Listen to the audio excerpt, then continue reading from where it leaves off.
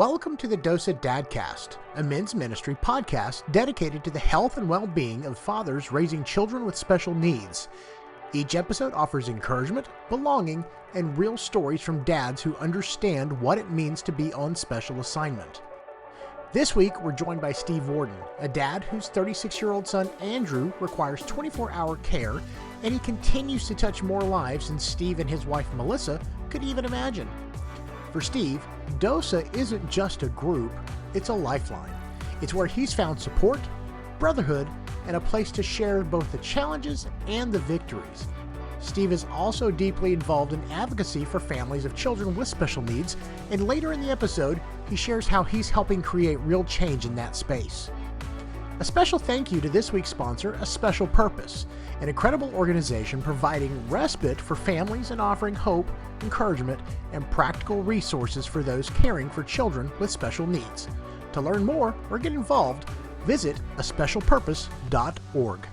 Well, Steve, thanks for being here today. I know you and I have gotten to know each other really well over the last, what has it been, 3-4 years? Been a little over 3 years. And so our dinner and auction that we had is where I feel like you and I really connected the first time. Yeah. And then the conversation just continued, and then you started coming to our Evergreen group that meets there and connected with those guys, and you've participated in some of the other things we've done as far as our DOSA Gather each year, and now part of our DOSA Connect group online as well. And so I feel like you have an incredible story. You've embraced what we do as a nonprofit, and you've become a really dear friend to me. So glad to have you here. Well, thank you for having me. No, it's good to me. I've met you one other time when we were at Isaiah's. Yeah. And we kind of had a similar setup, but not like this. So Right. A little different, but I like where we are. And also, I just want to mention the house we're at today. Mm-hmm. Can you tell us a little bit about that house before we jump into Steve's story? Yeah, we have a partner nonprofit that we do a lot of work with called A Special Purpose. They provide respite for families that have a son or daughter with special needs. And we got connected. Their nonprofit's about just a little older than ours. And we got connected early on. And this house is actually a friend of theirs that they've put up for sale, but they use, allow the ministry to use as a respite. And the first year, one of the things that I always wanted to have as a part of our ministry was have overnights for guys to be able to just get away, unwind, relax, share their stories, because a lot of men just never have the opportunity to share their story. Enjoy a meal together, get up, have breakfast together, have a question, let guys go out and journal and contemplate that question, come back together, have a discussion time. And so our very first DOSA overnight was actually in this house, and was able to bring a group of guys to be a part of it.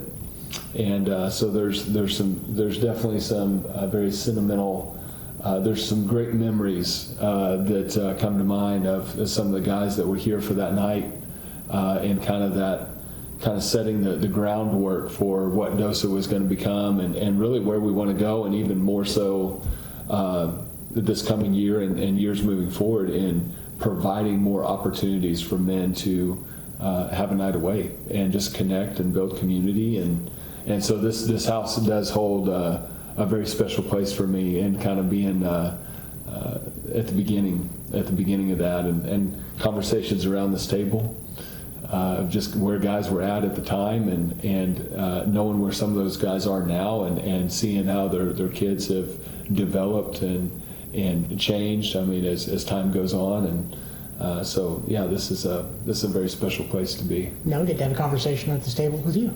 Hey. Well, first of all, tell me about Andrew. That's your son. Yes. Yeah. Tell me about Andrew. Well, Andrew's 36 years old, requires 24-hour care. When he was born, he was actually born dead. They brought him back to life, and he's required 24-hour care ever since. He's the first, 8 to 8. He wasn't supposed to live past the age of 8. And of course now he's 36, getting ready to turn 37 day after Christmas. He requires G-tube feedings. He's nonverbal. which can be a great blessing at times. And compared to my other kids, he's in a wheelchair, he can't walk, just pretty much everything has to be taken care of for him. He's got a mentality that could be anywhere from a 2-year-old to a 36-year-old. So we just have to cater certain things to him certain ways. Right. But he's just very pleasant. He doesn't have behavioral issues or anything else. He just goes with the flow, and not that he has a choice to, but he just does it with such a sweet spirit. So he's able to, touch a lot of people's lives with the doctors, the nurses, the dentist, and different caregivers that work with him.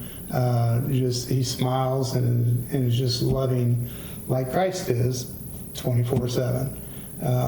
And so he's a great blessing.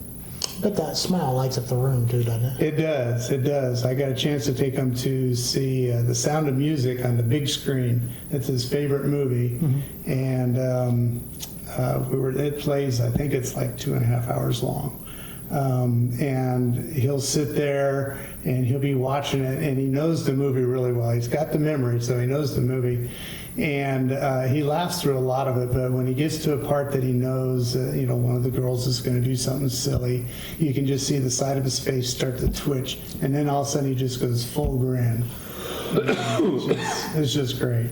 So we're just, it was a lot of fun. It was a couple hours of a lot of fun taking him to the movie, but yeah, the smile is very contagious. I bet. How long ago was that? How long? Yeah, when did you take him to the? How long ago was that? About a month ago. Where was it at? They played it at the Warren for like 3 days, I think it was, 3 or 4 days. How did I not know about it? It was a special feature thing that they just did. You had to pay for it. We got the monthly membership. Yeah. But it was just a phantom movie, they call it, and they were just playing some of the old ones. It was the 60th anniversary. I'm gonna have to look into this. So he's seen it on the TV at home because we play it for him periodically, but not on the big screen, and he just soaked it all up. I love that. Let's talk a little bit about you. How did you find out about DOSA? Well, Jeremy's mom and dad lived, I think, in a house next door to my wife's parents. And his mom just reached out to my wife, Melissa, it'll be a little over 3 years ago now, and just says, hey, my son's having this DOSA gala and would love for you to come. And it's like, okay. So we signed up to go. So I get there to find out what DOSA is and what it's all about. And little known to Jeremy's mom is she did not know that I had a son with a disability. Because my wife and I have been married about 13 years. No, now I'm in trouble. 18 years now. And so when Melissa was living at home, of course I wasn't around, so she didn't know anything about me or my son. So she didn't know about Andrew and the disabilities and stuff. So I thought, well, this is a great place. We ended up coming. So, and then was able to get in touch with Jeremy a couple times. We went out to get coffee and just talk a couple times, and took him over and showed him the house that Andrew's in. He's in a special house that's got Andrew and 2 roommates, and they have 24-hour care that takes care of them. So they're able to live in the community, go on outings, go and do the different things, make all their doctor's appointments, and still participate in going grocery shopping, doing all these other things. Again, Andrew requires 24-hour care, so somebody has to do it for him, but he can still go and participate in the activities. That's very cool. What was like your first impression whenever you hear, hey, there's this organization for dads with special needs? What was the first thing that you thought of?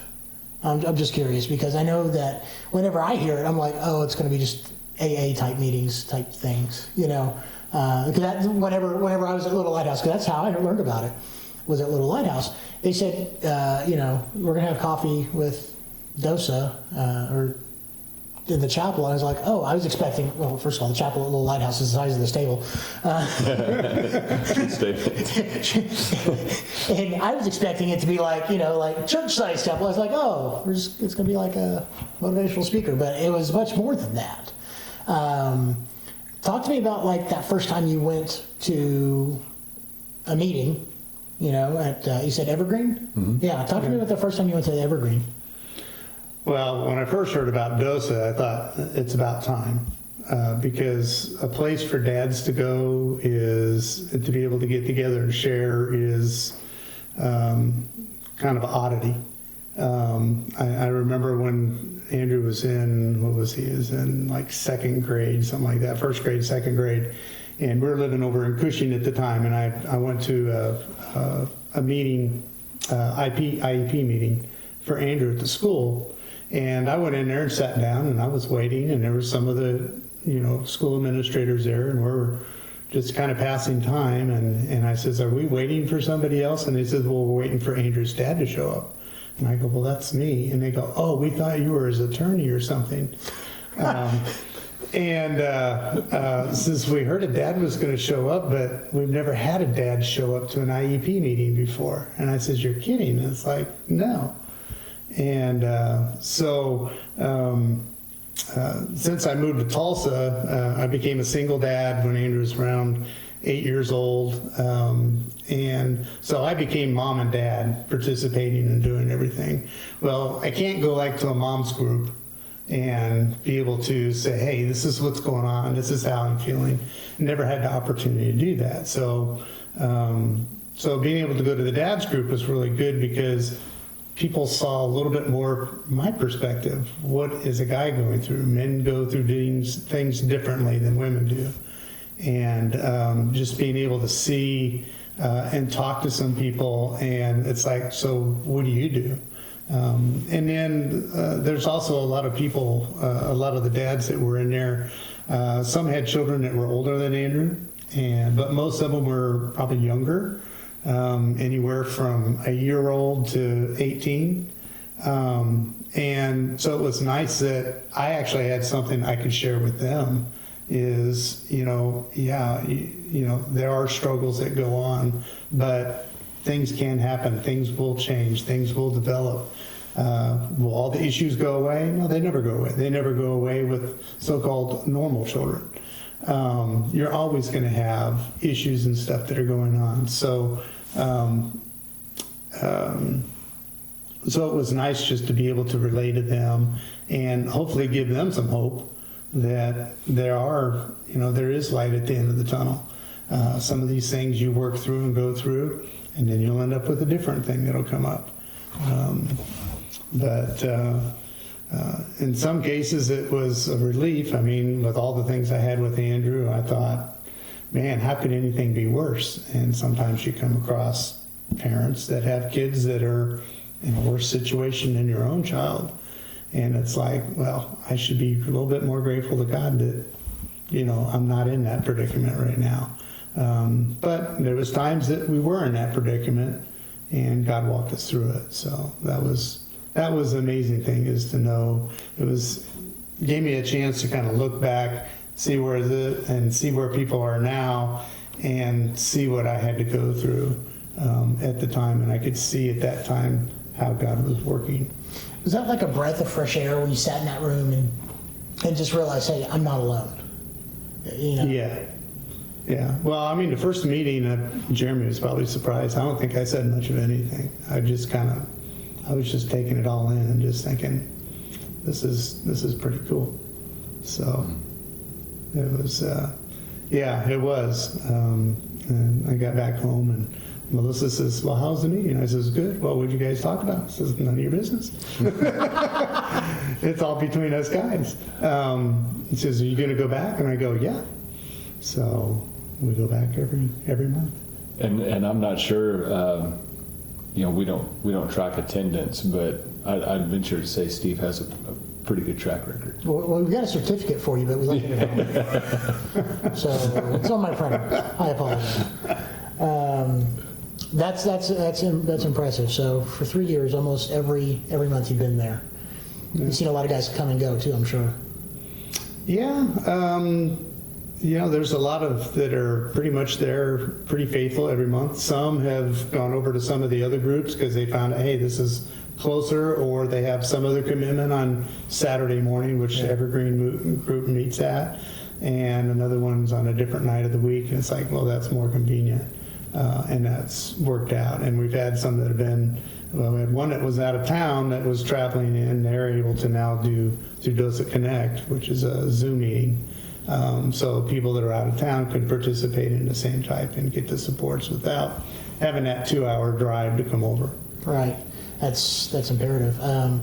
It just, from a community aspect, it gave you something you didn't have. Is that accurate? Yeah, because I didn't have, I could share with my wife, I could share with Andrew's mom, I could share with therapists and nurses and stuff, but again, it's just different when you're dealing with some of the medical professionals in a hospital and stuff. Most of them are women, and when a dad comes across gruff.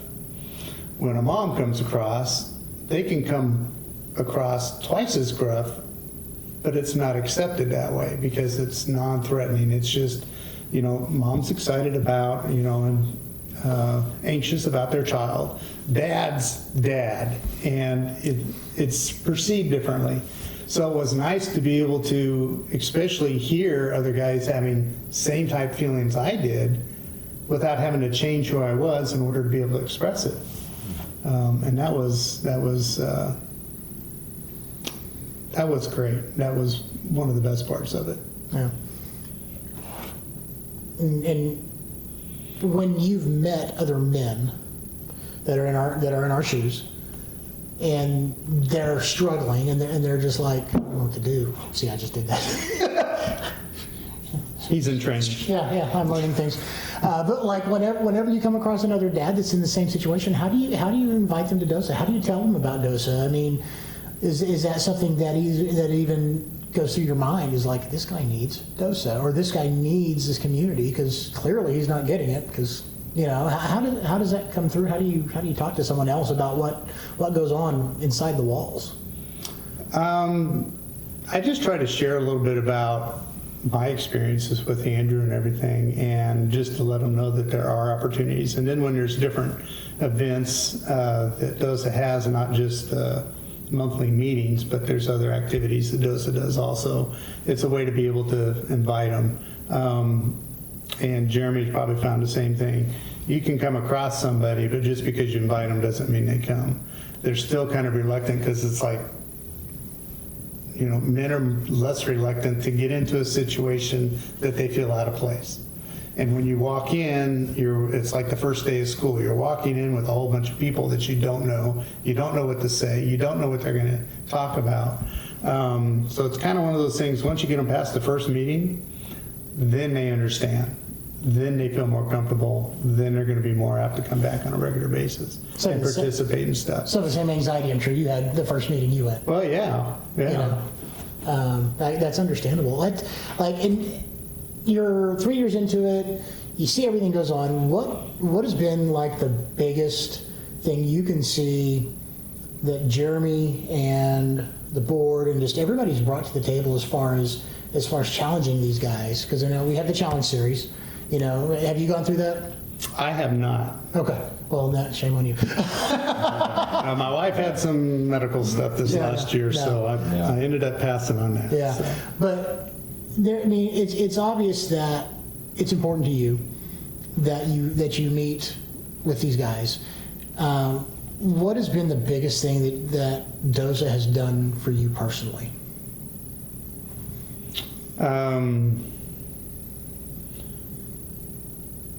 The biggest thing is to giving me the opportunity to listen and share at the meetings. Doing some of the activity stuff, the annual DOSA event that they do, and then we've done some other little outings and stuff that have occurred. Those have been good because there's nothing structured or anything else about it. It's just, we're just there to talk and just get to know each other and everything else. So those have been real good. But I think men can be really guarded on their feelings and how they feel and what they're going through, and it just gives us the opportunity to those meetings and the get-togethers give us an opportunity to kind of let our hair down a little bit and be more real. Say, because men bottle everything up. We have big shoulders and we just bottle everything up and we walk around tense all the time. And that's not the way God's created us. We need to be able to relax and let that go, but we have to have the opportunity. We have to have the environment in order to be able to do that. And I think that's the biggest thing that I've seen that DOSA's done is it's not like, okay, we have this meeting every Saturday or, this Saturday every month, and you can come to it. Well, not everybody can make it there, so they have multiple places to go. And then it's like, well, maybe I can't make those, or because of the health challenges my child has, I can't necessarily get away all the time. Well, now there's a Zoom, DOSA Connect available, and then there's also a study guide that's available. So there's more than one avenue. It's not like this is what we got. If you can participate here, good. If you can't, oh well. Well, that's not it. There's all different types. And just like the series, the DOSA series, somebody that came in 2 months ago may not be ready for this yet. It might not be the right time, but Jeremy does it more than once a year. So if you can't participate one time, you can participate in another. So it's not like, this is the calendar, this is what you can do, and that's it. It's not a one and done. No. And, either Jeremy or at each of the, like at Evergreen where I go, we have Aaron, which oversees the guys that are there. I can text and get a hold of him at any time, or I can text and get a hold of Jeremy at any time. If there's something coming up, something going on that's going on in my life, if I need to share it with any of the other guys, or if I need to share it with them, say, hey, pray for this. Or this just happened, I don't know what to do, I don't know how to vent my feelings or whatever else. I can share it with multiple different people and at least get a response or get a godly response from even from Jeremy. I know, I think back to just some late nights in the driveway, being at home, and my wife is very used to this. Hey, I got to take this, and going out to the driveway and just thinking back to the house with Andrew and your caregiving for some of the other in the home, and just thinking back to some of the conversations we have late at night where I may be outside in the driveway chatting with somebody, covering a topic and working through things in our heads and encouraging one another. Yeah, so it's nice to have those, nice having the connections. And then when there's different guys in the groups, you can get to know different ones. And, I may be able to relate more with one person than another, just because, their child's 1 year old, mine's 36. Right. Or we have some guys that are in some of the groups that there's actually, I think 2 or 3 that have, their children have the same diagnosis, and it's not a real popular diagnosis, yet those 3 are together. Mm-hmm. So those dads are able to share and bring more to the table for their family than if they weren't going. That's important. Let me talk about your faith, because I'm sure, and I don't know where you were in your faith when Andrew was born, but obviously it's gotten stronger throughout the years, right? It's evolved. Okay. Talk to me about your faith journey from the time Andrew was born, and like an elevator pitch type deal, but to now, because we're so. When someone says my child's got a disability, the first thing, I think there's a lot of sympathy that comes to people's, I'm so sorry, and whenever say, my Lindley's got autism, they're like, oh, I'm sorry. I said, don't be, that's her superpower, Yeah. And I just I take the spin on it, because our Father's given us the blessed gift of shepherding over these children and watching them grow and stuff like that. And I'm sure that wasn't initially probably your first thought when Andrew was born. No. No, when he was born, I was oblivious to anything medical. Andrew's mom was a nurse, so she understood some of it that was going on. But, I just figured, a couple weeks he'll be better and I'll be fine. And a couple weeks went by and it's like, he's not getting any better. I was letting her do all the caregiving because she knew medical and I didn't. And it's like, okay, that's wearing her out. I'm going to have to get involved. So I did. We were actually, when we found out, an hour before we found out that we got the phone call that my wife at the time was pregnant with Andrew, we had gotten a phone call an hour before from the Normal School of the Bible that we're accepted to go there, and we're going to go up and train to be missionaries and go on a mission field, and that's where we're going to be. Then the phone call came about Andrew, and it's like, okay, how are we going to do this? We can go up there, but we don't have medical insurance or anything else. With my work at the time, it was $25 copay for the whole process, for the baby, for the doctor, for the hospital, everything, $25. So it's like, we're not going to have that any other way. So we're going to do the right thing. Let's save and prepare, and then, we'll go up next year. And they would just extend our entrance till next year. And then 6 months later, Andrew was born, day after Christmas. And he had all those medical challenges. So that was kind of earth-shattering. Part of it was I didn't know that it wasn't just going to get better. I mean, everything in life always seems to, it's like, this will pass and everything will be better. Well, it didn't.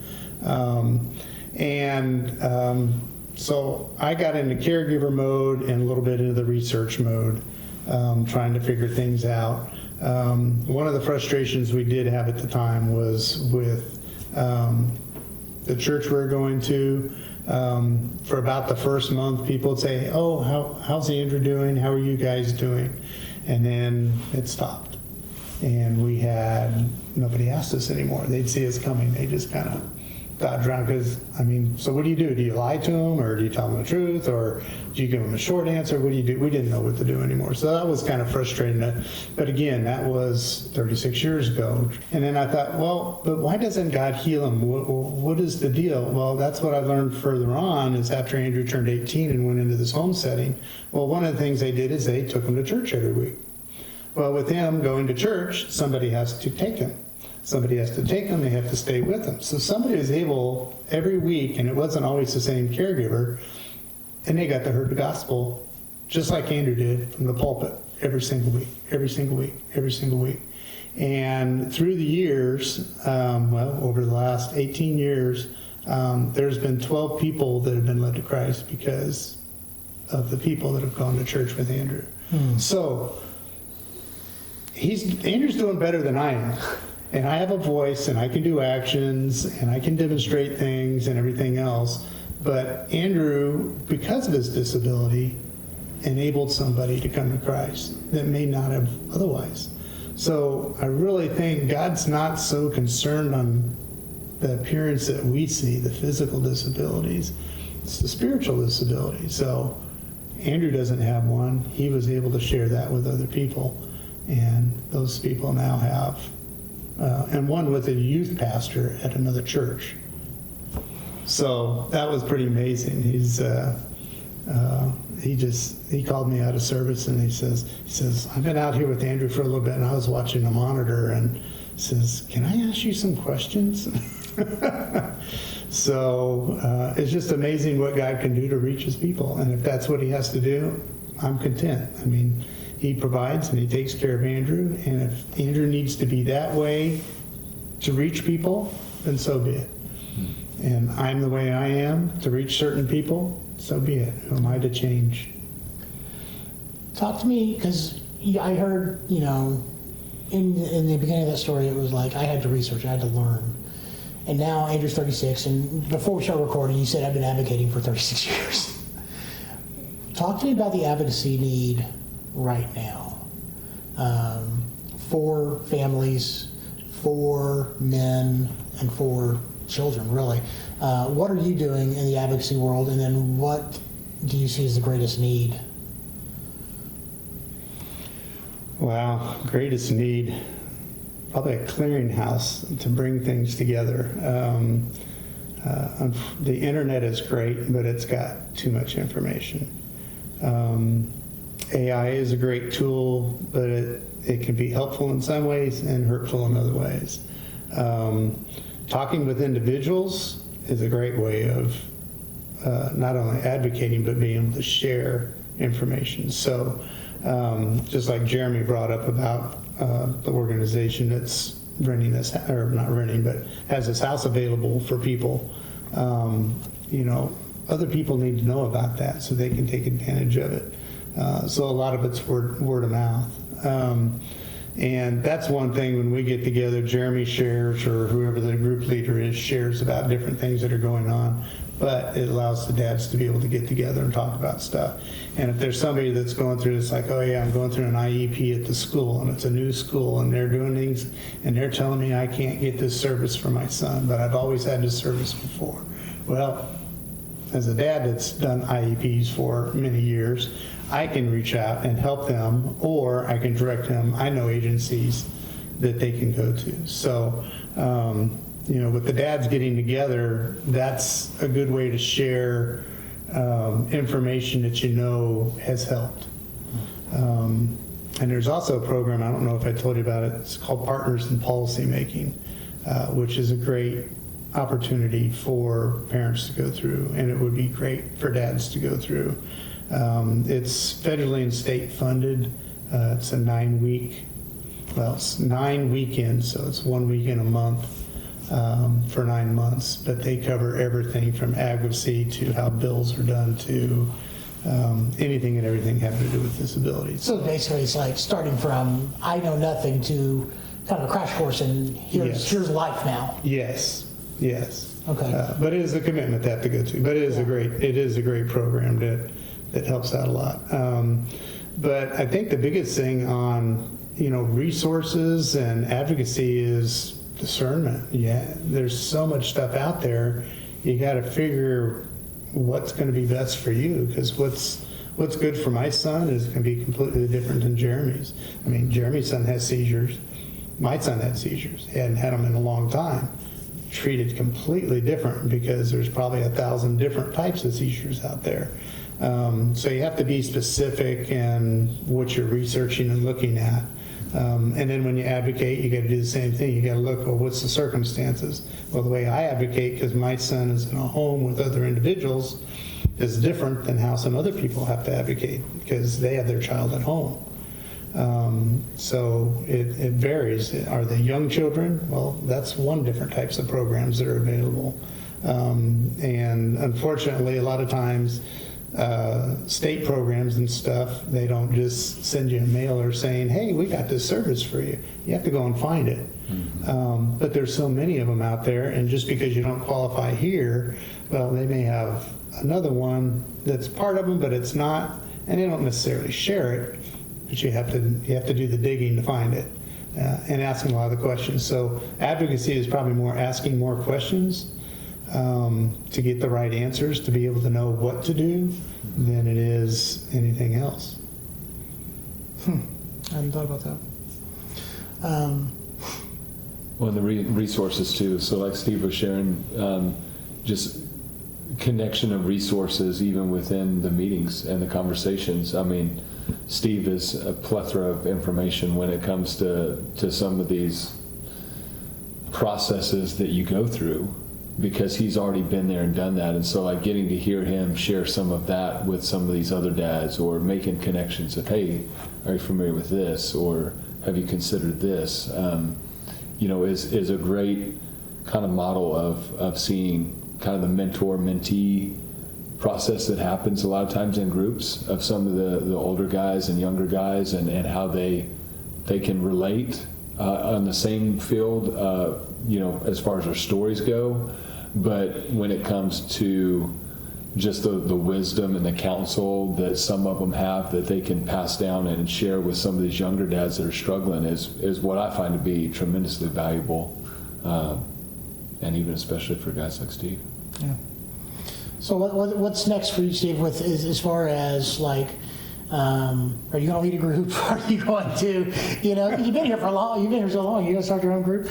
But like, as far as like other dads that come in, I mean, do you ever be like, I need to reach out to this guy and just kind of mentor him, or I need to take some, do you have a couple of folks you're taking under your wing, or?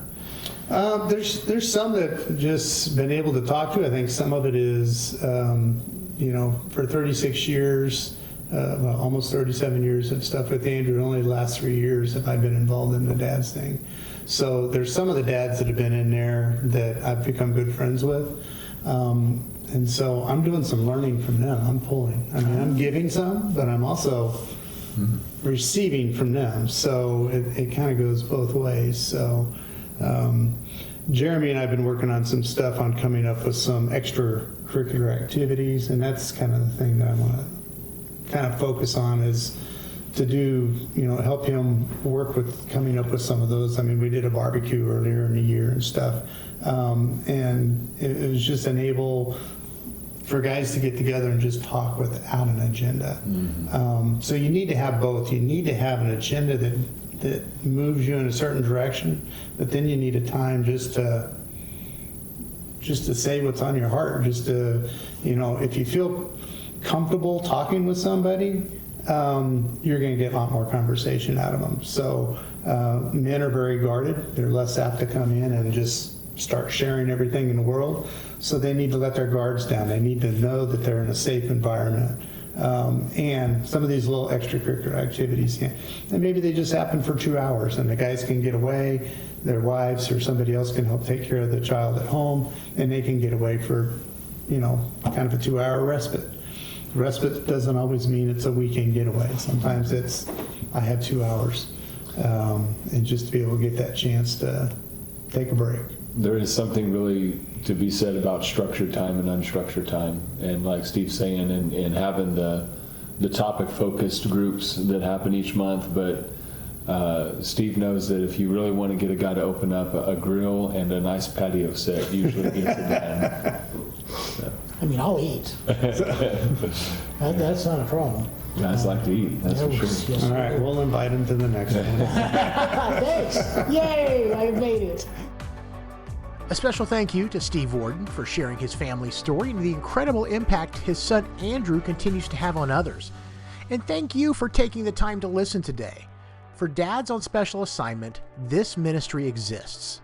And this podcast is part of that mission to remind you that you are not alone.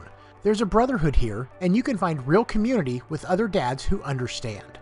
We'd love for you to join DOSA Connect, meeting the first and third Tuesdays of each month.